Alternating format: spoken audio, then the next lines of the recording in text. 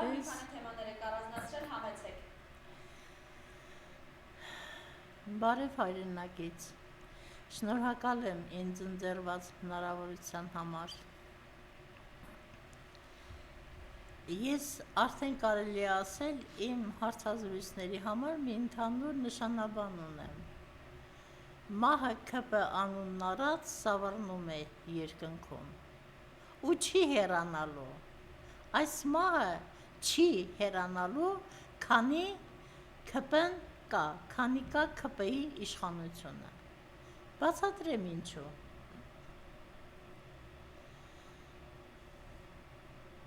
3 տասնամյակ մենք ապրում ենք ազատ անկախ Հայաստանում, իսկապես ազատ ու անկախ, որովհետև երբեք չենք մտածում, վայ հանկարծ դուռը բաց չթողնեմ ու դուրս գամ, վայ հանկարծ երեխաս բակում է, 6 աչքով նայեմ, հանկարծ օտար մեկը չլինի, որովհետև մեր մտքով չէր անցնում, որ մեր երեխաներին կարող են օրը ցերեկով գողանալ, գցել գետերը, որովհետև մենք չենք վախենում, որ մեր անչափահաս երեխաներին տանք ուսուցչի ձեռքը և ուղարկենք էքսկուրսիա, մեր չքնաղ հայրենիքի չքնաղ անկյունները։ Ինչու, որտեղ մենք ապահով էինք։ Մենք ապահով էինք, որովհետև մենք ազատ էինք և անկախ, որովհետև ունեինք պետություն և պետականություն։ Պետություն ու պետականություն հենց այնպես ասելը, զազրախոսելը, դա չի նշանակում ունենալ պետություն և պետականություն։ Այսօր մենք չունենք ոչ պետություն, ոչ պետականություն։ Բացատրեմ ինչու։ Այս ՔՊ անունն առած մահը մեր երկրի իշխանության գլուխ անցնելու առաջին իսկ օրվանից ոտքի տակ է տվել սահմանադրությունը և ոտքի տակ է տալիս մինչ օրս։ Ես չեմ կարծում, թե հենց առաջին իսկ օրից չի պահանջվել նրանից, այսպես փափուկ ուժը կիրառելով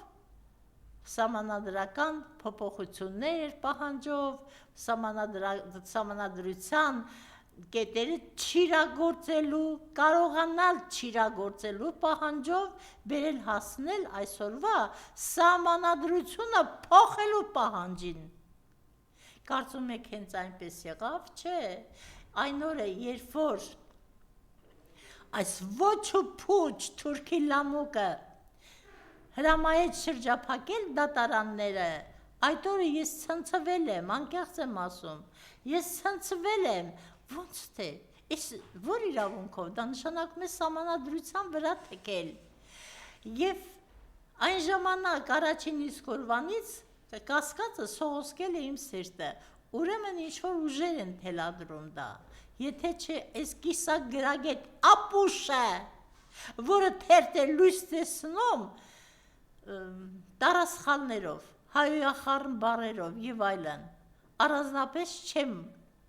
կարդացել, ճիշտը որ ասեմ, բայց մենք ունեինք մի աշխատակցուհի, որի խելքը գնում էր նման բացարկությունների համար և ինքը գալիս էր ասում, գիտեք այսպիսի բան է գրել, գիտեք այնպիսի բան է գրել, բայց այդ ուսուցչուհին հասավ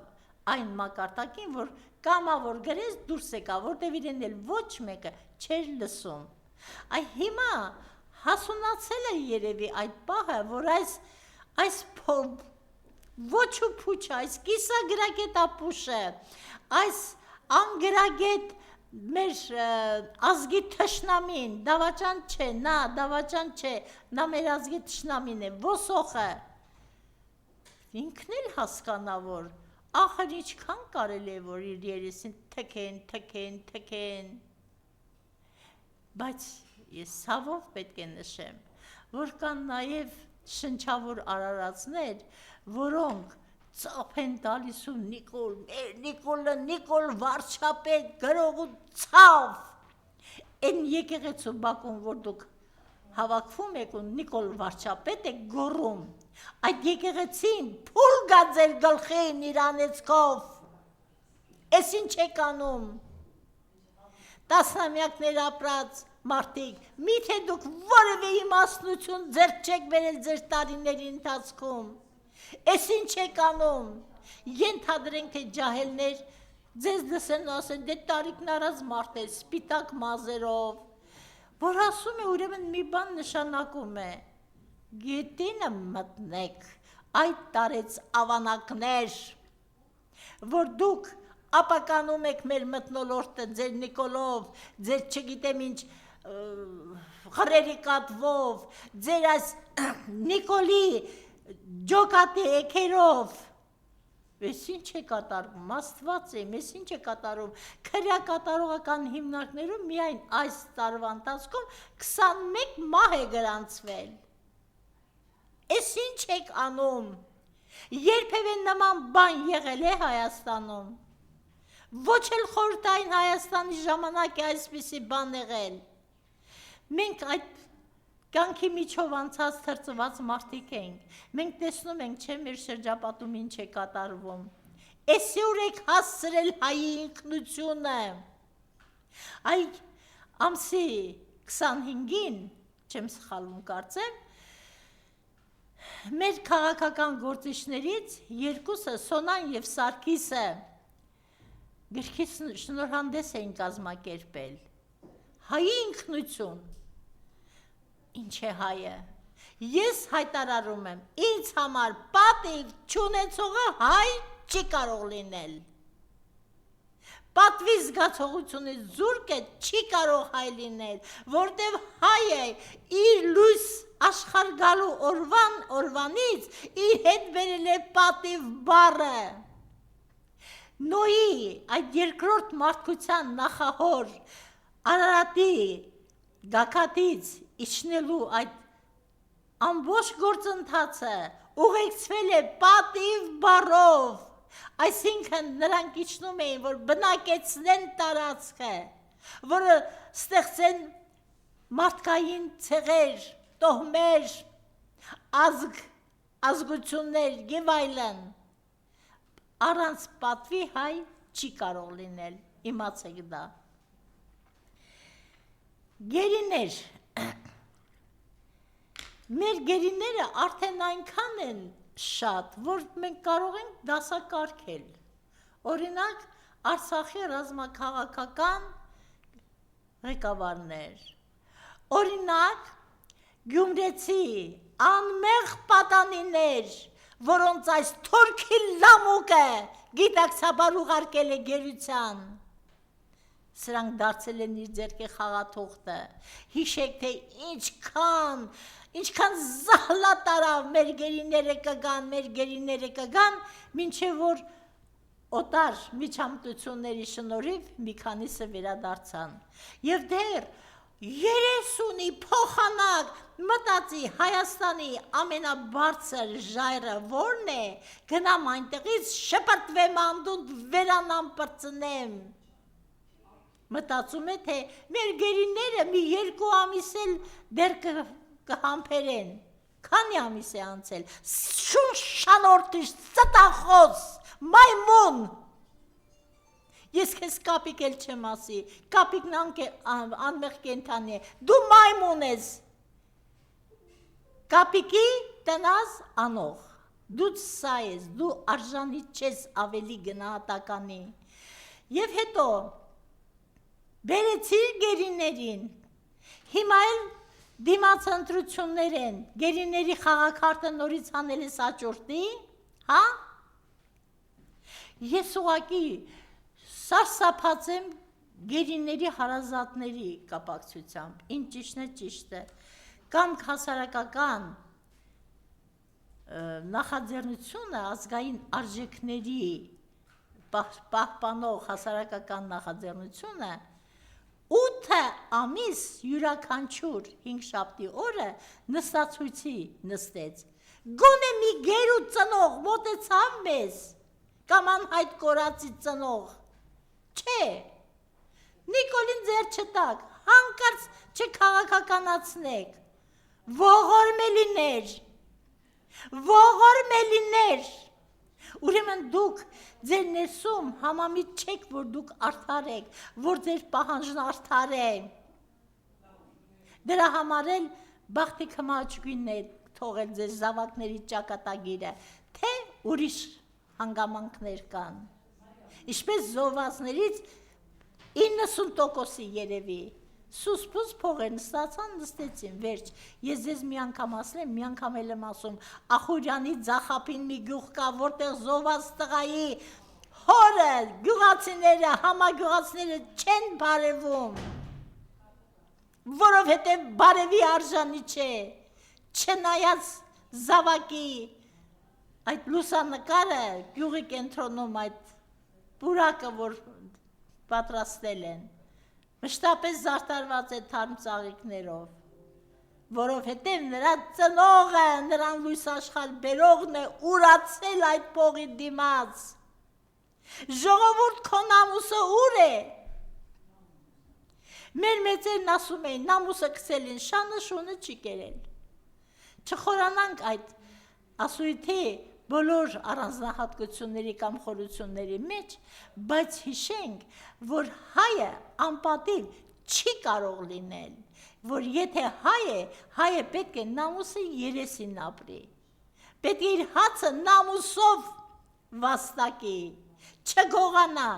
մինչդեռ ձեր շատ սիրելի մի մասսա կա, նրա շատ սիրելի Նիկոլը, որն իրենց համար ամեն ինչ է,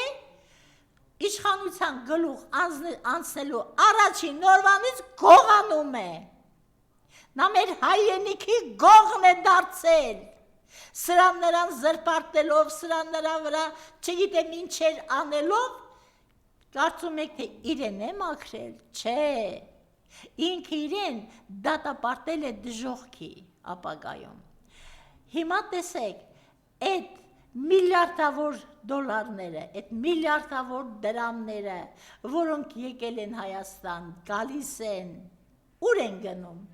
պարգևավճարներ են, հիմա կանցնի մի որոշ ժամանակ և կտեսնեք, այսօրվա ՔՊ-ի անդամ կառավարության անդամները և պատգամավորները ՔՊ-ական անունները նրանց կգրանցվեն Forbes-ի համարներում, որպես միլիարդատերեր, դոլարային, ոչ դրամանոց, դոլարային միլիարդատերեր։ Ուղղակի վիրավորական է, որ ուրիշները հայ մեծահարուստներ կան, նրանք իրենց դառն ու դաժան քրտինքի շնորհիվ են դարձել միլիարդատեր։ Չմտածեք, թե միլիարդատեր դառնալը այդքան հեշտ է, բայց սրանք գողանալով են դարձել, որովհետև կա մի տխմար մասսա, ժողովուրդ, ես միշտ մեղադրում եմ, չասեք, թե մեր ժողովուրդը շատ լավն է, ժողովուրդը շատ լայն հասկացություն է, իմ խոսքը վերաբերում է ամբոխին, այն անտարբեր ամբոխին, այն անգրագետ ամբոխին, որը ծափահարում է իրեն թալանողին, իրեն նվաստացնողին, իրեն ոտքի տակ գցողին, ճիշտ է թե, որ ասում են ստրուկը իր տիրոջ մտրակին կարոտում է, որովհետև մի օր այդ մտրակը իր մեջքին չշառաչեց, նա այդ օրը օր չի համարի, այսպես չի կարելի ժողովուրդ, մենք փառավոր անցյալի տեր ենք, մեր բոլոր ընկրկումներով, կորուստներով, վնասներով, ամեն տեսակ վայրիվերումների համար մենք ինքներս ենք մեղավոր, մենք, ուրիշը մեղավոր չէ։ Այսօր մեր առօրյան լցված է դատերով, դատական հայցերի մասին լուրերով, դատական նիստերի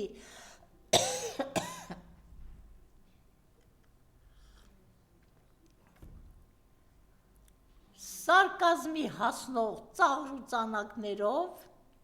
երբ որ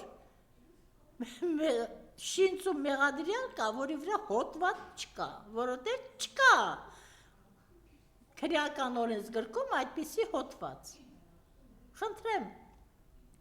ինչ ասել,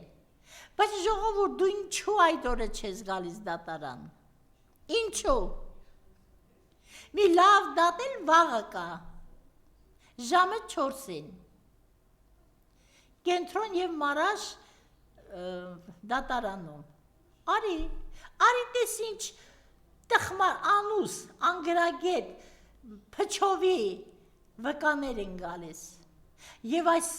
դատավորը, որին ես արդեն մի 3 անգամ ուղղակի խորհուրդ եմ տվել, իր այդ փթանոց գլուխը տարուբերելու փոխարեն թող լսի, թե ինչպես է իրեն ձեռք առնում վկակոչված անգրագետը։ Անգրագետ բարի իսկական իմաստով։ Այսպես չի կարելի։ Ժողովուրդ, դու պետք է բոլոր դատարանները շրջափակես։ Պետք է անես դա, որպեսզի այնտեղ դատվողները իրենց անտեր չզգան։ Օրինակ այսօր Սրբազան շարժման 18 մասնակիցների դատն է, որոնց թվում նաև ինձ համար չափազանց սիրելի հարգելի Վահագն Չախալյանը։ Գիտեք, այս 14-ամյա պատանին, գիտեք, 6 տարի անցկացրել է վրացական բանտում, Սակաշվիլին նրա մասին ասել է, ես 3 թշնամի ունեմ, Պուտին, Իվանիշվիլի և Վահագն Չախալյան։ Այդպիսիներին են այսօր դատում, նրանց կողքին են նստած Լիդիան, այդ անմեղ աղջնակը, իր ոգով, իր հաստատուն կամքով, այ Լիդիայի հողը ձեր բոլոր քպականների գլխին, մի անգամ հայտնվեք դատարանում, երևի թե պամպերսները ձեզ չբավարարեն ձեր վախերից։ Լիդիան նստած է ժպիտ է երեսին, Լիդիան բռունցքով է բարևում իրեն այցելողներին։ Այս աղջիկը ինձնից առաջ Տիկին Ալավերդյանն էր խոսում, նա շատ ճիշտ բնութագրեց, նա ուղղակի խորհրդանիշ է, որ մենք ուզենանք անմեղություններ կբանտարկենք, որովհետև իրեն ճակատին ՔՊ է գրած, իսկ ՔՊ-ն մեղավոր չի փնտրում, որ դատապարտի, ինքը անմեղներին է դատապարտում, որովհետև ինքը մեղավորներից վախենում է, հասկանում եք։ Ինքը անմեղ է դատապարտում, որպեսզի նրանց հավասարեցնի մեղավորներին։ Այդպես չի կարելի, ժողովուրդ, մի անտարբերանցիր, մի մտածիր, որ այս ուխտը քո դուռը չի չոքելու մի ժամանակ, եթե դու հայ ես ու այսօր կանգնած ես թուրքական հարցի առաջ, իմացիր, որ այդ ուխտը քո դռանն է չոքելու, որովհետև հայն ու թուրքը երբեք չեն կարող բարեկամ լինել։ Դա ապացուցվել է 1908 թվականի երիտ թուրքերի հեղափոխությունից անմիջապես հետո, երբ այն ինչ չհասցրեց անել Աբդուլհամիդը, սրբությամբ կատարեցին նրա հոգեզավակները, երիտ թուրքերը, Իթիհադ վեթերակի կուսակցության անդամները։ Մեր ժողովրդի նամուսը էլի պիտի անդրադառնամ, չգիտես ինչու, չկա, չի երևում այդքան էլ։ Ես չեմ կարող հիմա ուշադրություն չդարձնել այդ Ալյոնայի դեպի Բաքու արշավի մասին։ Արդեն ծրագրել է, որ Բաքվով է փախչելու։ Մի մոռանա, հայ վրիժառուները Միջին Ասիայում անգամ հայտնաբերեցին այն փաշաներից մեկին Նազմին և դիմահար շանսատակ արեցին։ Այնքան որ դուրս եկար Հայաստանից, տես ոնց են կես գտնում ու հարցերդ լուծում։ Անամոտ, երեկ ես մասնակցում էի խորհրդարանական լսումներին, դե մարդ էիր, նախագահ էիր ոչ բարով, իջներ ներքև, ինչու էիր թարել լրագրողներին հատկացված այդ տարածքում ու այսպես թևի տակից էիր նայում դալիճին, տեսնեի շատ էին, թե քիչ, հա, երևի, այ անամոտ, այ սրիկա, այ վաղկոտ, այ բոշա, որովհետև դու պաշտոնյայի հոգեբանություն չունես, ես երեկ էլ խորհրդանական լսումների ժամանակ ասել եմ, ՔՊ-ում չկան պաշտոնյաներ, կան պաշտոնամոլներ, որովհետև պաշտոնյան պիտի տառապանքի բեռ առնի իր ուսերին, եթե պաշտոնյան իր պաշտոնի ծանրությունը չի զգում, եթե նա պատրաստ չէ այդ ծանրությունը թեթևացնելու իր աշխատանքով, իր մոտեցումներով, իր երկրին ծառայելով, նա ուղղակի պաշտոնամոլ է, բախտի քմահաճույքով հայտնվել է այնտեղ, և սա այսօր ապացուցում է ՔՊ-ում եղած այս գզվռտոցով, դուք շուն ու կատու եք բոլորդ, դուք բոլորդ իրար վրա դոսեներ եք հավաքում, դուք բոլորդ ճեղքեր եք ման գալիս, թե ինչպես անհետանաք, որ Նիկոլի աչքից հեռու լինի, Նիկոլի չզգա, որ դուք դիտավորյալ եք փախուստ տվել, բայց և կարողանաք ապագայում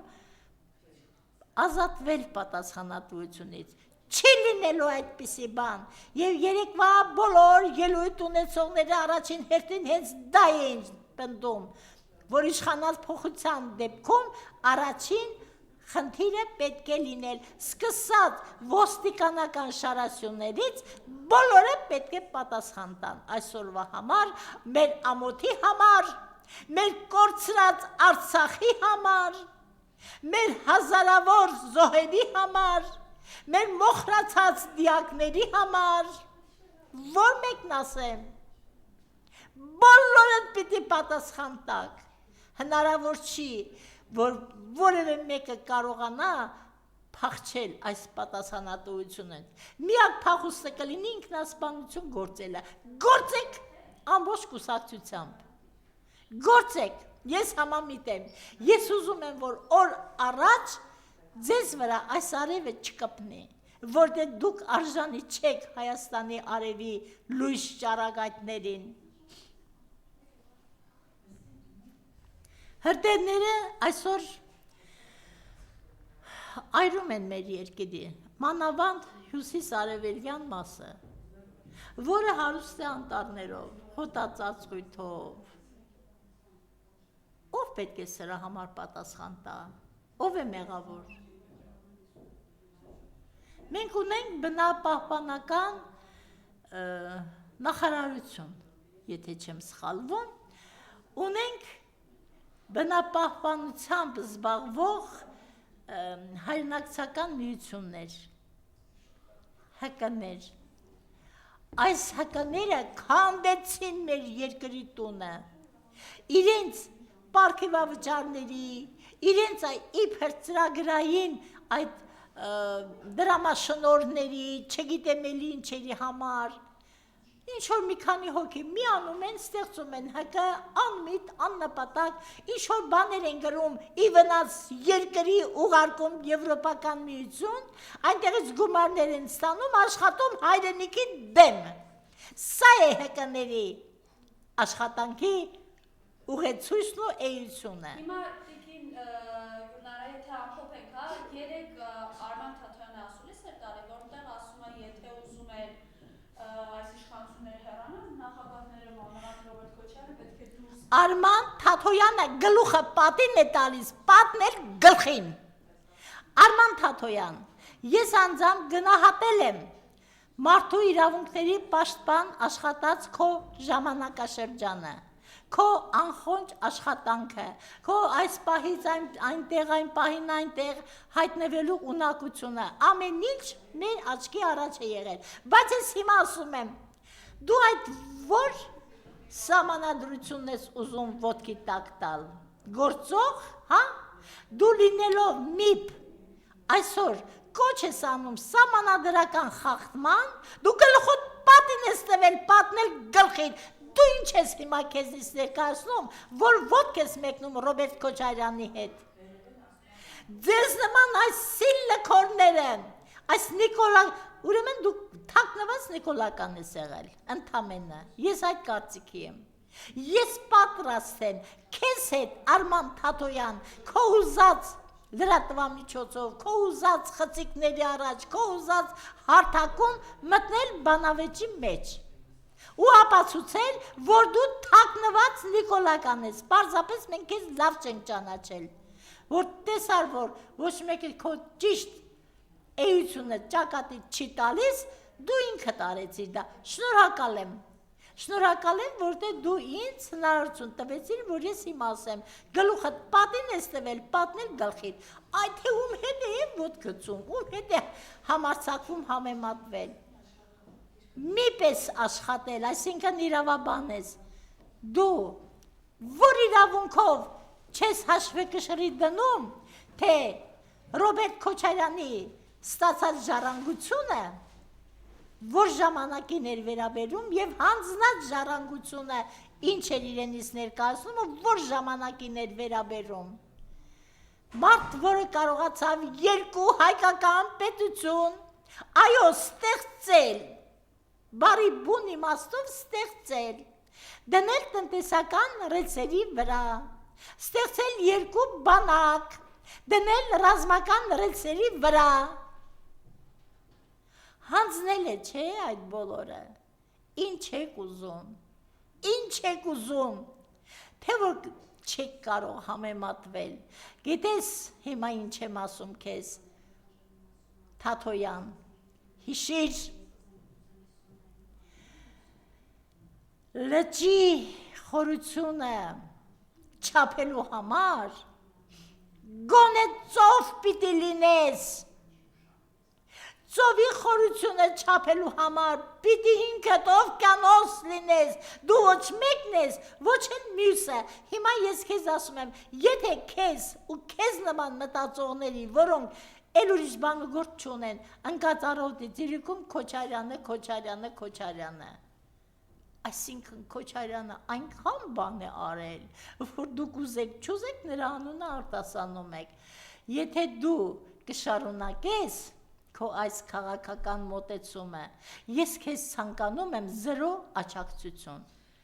ես ամեն ինչ կանեմ, ձեռքս ընկած հարթակը կօգտագործեմ, որպեսզի քեզ նսեմացնեմ,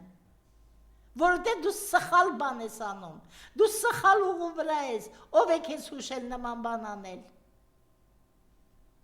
Եվ ամփոփելով ձեր խոսքը, վերջին խոսքը ձեր այսօր։ Վերջին խոսքս հետևյալն է, այսօր էլի դատական նիստ կա, 5 շաբթի դատական նիստ, գիտեք այնպիսի լավ օրացույցներ են բանանում, ստեղծում այս դատավորները, էլի Կարեն Ֆարխոյանն է, էլի պիտի նստի, չլսի, վկան ինչ է ասում, դատապաշտպանը ինչ է ասում, մեղադրյալներ, ես չեմ կարող այլ կերպ արտասանել մեղադրյալ անունը, ինչ է ասում, և ուղղակի նստած մտածի, ինչ անեմ, որ այս դժողքից դուրս գամ, գլուխս ուսերիս վրա մնացած, չէ, Կարեն Ֆարխոյան, կարող է քո գլուխը քո ուսերին չմնալ, որովհետև, եթե դու գոնե տղամարդկություն ունեցիր, հրաժարական տուր, դու կարող ես հրաժարվել, էլ եմ ասել, էլ է պիտի ասեմ, 1000 տարվա դատավոր ես, այնքան հավաքած կլինես, 7 պորտետ 7000 տարի հերիք կանի, դուրս արի, մի քիչ նամուսով մնա, ամոթ է, հայ չես, հայն անպատիվ չի կարող լինել, էլ եմ ասում, չի կարելի, ժողովուրդից դու շրջափակիր դատարանը, հերիք էլի, միշտ նույն մարդիկ ենք, միշտ նույն դեմքերը, այսինքն մնացածներին չի հետաքրքրում, Սրբազանը, Բագրատ Սրբազանի մասին է խոսքը, երբ որ անցած դատավարության ընթացքում խոսում էր, տվեց իրեն ուղղված հարցի պատասխանը, ես այդպիսի ոգեղեն ելույթ չեմ լսել, չէի պատկերացնում, ես ինչ ոգեղենություն է, ես գիտեք, երբ որ Նարեկացու գյուղում կանգնած էի, Նարեկացու գյուղը Աշիլ գորգու ծնտավայր խորգոմ գյուղից դեպի արևմուտք է, դեպի դատվան ճանապարհին։ Գիտեք, այնտեղ օդի մեջ նարեկացի է զգացվում։ Օդը հոտ ունի, նարեկի հոտ ունի այդ օդը։ Հիմա այս Բաքրատ Սրբազանի այդ օրվա ոգեղեն ելույթը ինձ հիշեցրեց նարեկի հոտը, հասկանում եք, նարեկացու հոտը, և ժողովուրդ հերիք է գնաք այս խեղկատակի հետևից, մեր եկեղեցին եղել է, կա և մնալու է, որպես հայ ազգի պատվարներից ամենակայունը։ Ես եմ շնորհակալ։